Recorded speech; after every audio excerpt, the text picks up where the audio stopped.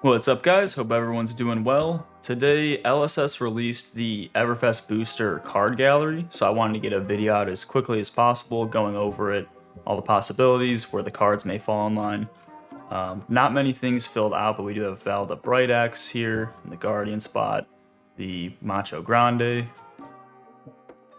bunch of blanks. Right here is interesting. We have 2 spots for a class. And Icelander, of course, in the Wizard. And Skullcap. Skullcap. This round's on me, Majestic. Life of the Party, Rare. And that'll do it on that end. But there were some extra cards that have been spoiled on Discord. Like we've seen Silver Token right down here. And a couple more. Oh, and then Rudy just spoiled even bigger than that as a rare at 173 to 175. We've also seen the genus What You Need, the Merchant Hero. At first I thought maybe that would be a legendary, but since it was in cold foil, the promo version, that leads me to believe that it is going to be a Majestic non-foil, and then the second slot here I would think will be a Merchant legendary weapon or equipment. So basically where I got most of this was I started with these set amounts: 1 Fabled, 3 legendaries, 45 Majestics, 61 rare, and 88 common. And you can see the base amount for most classes is 16. So if we put in the 9 commons, 3 rares is pretty typical following Crucible of War structure, and then 3, say like playable Majestics that we'd put in your deck, and then an equipment. That makes up the 16 perfectly. Brute, Ninja, Mech, Ranger, all checks out. Wizard has 17 because of the new hero Icelander, of course, so Wizard is pretty much taken care of. Guardian is a bit more of a mess, being 21 cards, so we'll leave that alone for now. Warrior follows the pattern. Runeblade has an extra slot, but I'm going to assume that it's either a Rune Chant or a Soul Shackle as an extra common, rather than new Runeblade hero. Illusionist, the same thing. I'm putting new hero here due to the Rudy mat looking like an illusionist, but after more or less filling in what we know with the pretty simple layout, standard layout for Flesh and Blood sets, I did the math, and with 88 commons and subtracting what we have right here. Oh, and I forgot to mention Seismic Surge down here for Guardian.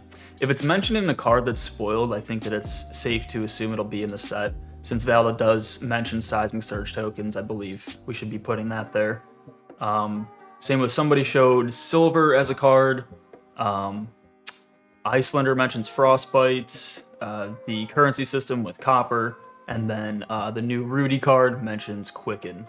So those are in there as confirmed. So taking all of that, we had 1 extra common slot left over, and I've put it under Guardian for now as maybe Bravo Star of the Show Adult, and then an additional rare being the Young variant. That's definitely up for debate. It doesn't really impact things too much either way if there's where the token cards more or less are falling in. The real thing that's interesting to me is the Majestic and the Legendary layout. So based off of these Majestics being filled out, it leaves exactly 5 slots in the generic pile. So we know this round's on me, and we should expect 2 new playable cards that you put in your deck, and then equipment, leaving 1 extra Majestic spot in generic. And based off their tweet and Arcane Rising going out of print, the price of Command and Conquer, I say this is the most likely suspect right here. I wouldn't expect Art of War or Enlightened Strike based off of this information. I'm not surprised about Art of War, but I am surprised about Enlightened Strike not being reprinted. Of course, not confirmed, but it's definitely looking that way. There's not really space for either of those cards, so I think that's a safe bet at this point. And then, of course, the legendaries, very interesting. We know Arcanite Skullcap, and then an extra slot right here. You would have to think it's going to be Tunic. It is possible that there's a new generic legendary, but I would lean more towards Tunic. And then with 1 slot being left, because Genus What You Need is a cold foil promo, it looks like we won't be getting a cold foil legendary hero in Everfest like we did with Crucible. So that would leave the 3rd legendary to go as his weapon or equipment at this point. And then the Fabled is very interesting because Valda Brightaxe, let me show you guys real quick. Valda Brightaxe is up here at the top. She is way up there. Number 19, right?